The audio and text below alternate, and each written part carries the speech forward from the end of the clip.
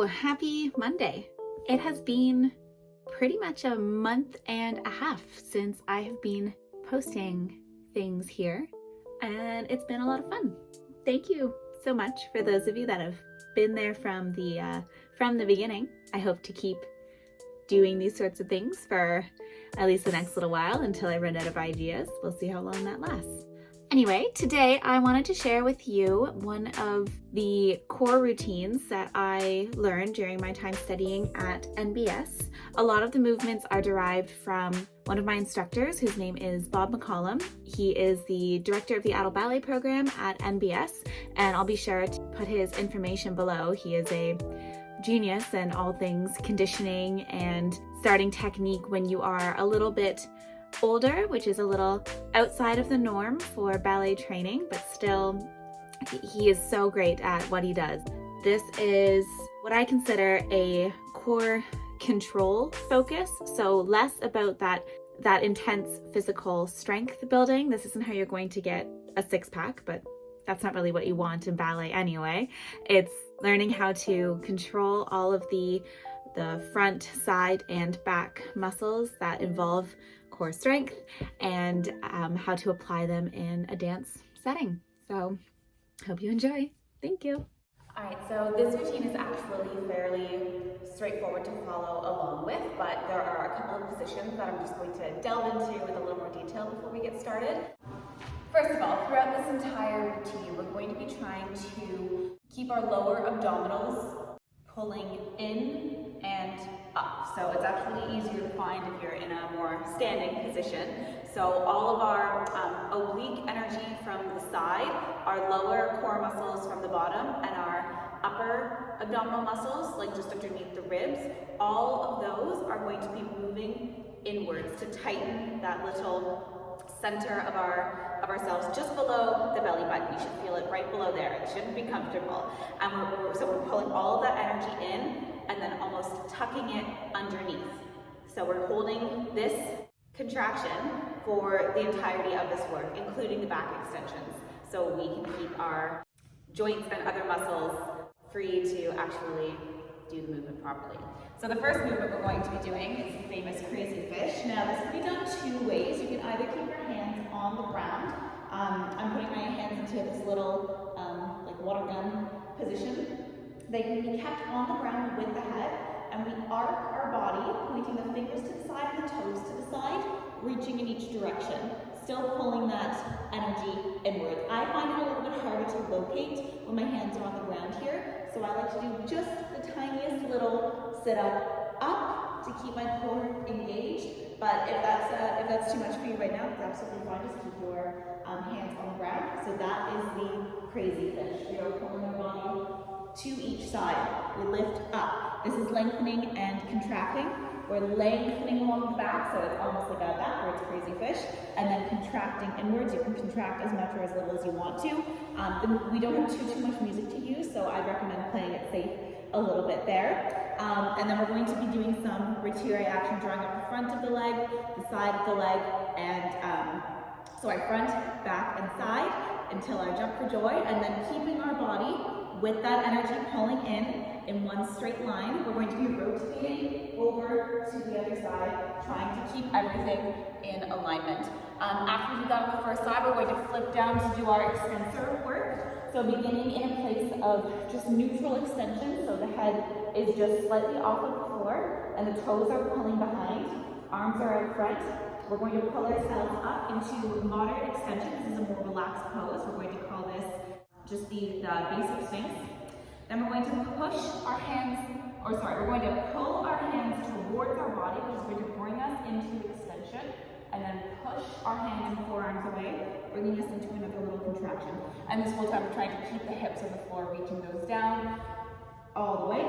Then we're going to come up into a further hyperextension, do a couple of reaches, and try to lift up into our maximum hyperextension. It's not necessary to keep the feet together for this one. You can separate them as we come up, and we'll do some reaches there. All right, so hopefully you'll be able to follow along with the music. It's nothing too long and too strenuous. I do recommend that you do this more than once the first couple of times that you get started, just so you can really feel which muscles it is that you're supposed to be using. All right, here we go.